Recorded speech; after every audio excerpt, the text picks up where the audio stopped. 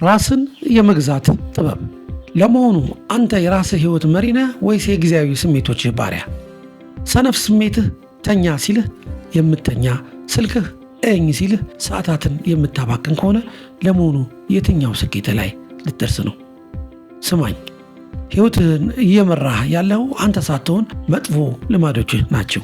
ትልቁ ድል ሌላውን ማሸነፍ ሳይሆን ራስን መግዛት ነው። ራስን ካልገዛህ ዓለም እንደፈለገች ትገዛለች። ስኬት ማለት ያማረን ሁሉ ማድረግ ሳይሆን ለዓላማ ስትል መተው ያለብህን ነገር የመተው ጥበብ ነው። ዛሬ የምትከፍለው የዲሲፕሊን ዋጋ ነገ ከምትቆጨው የውድቀት ቁጭት በእጅጉ ይሻላል።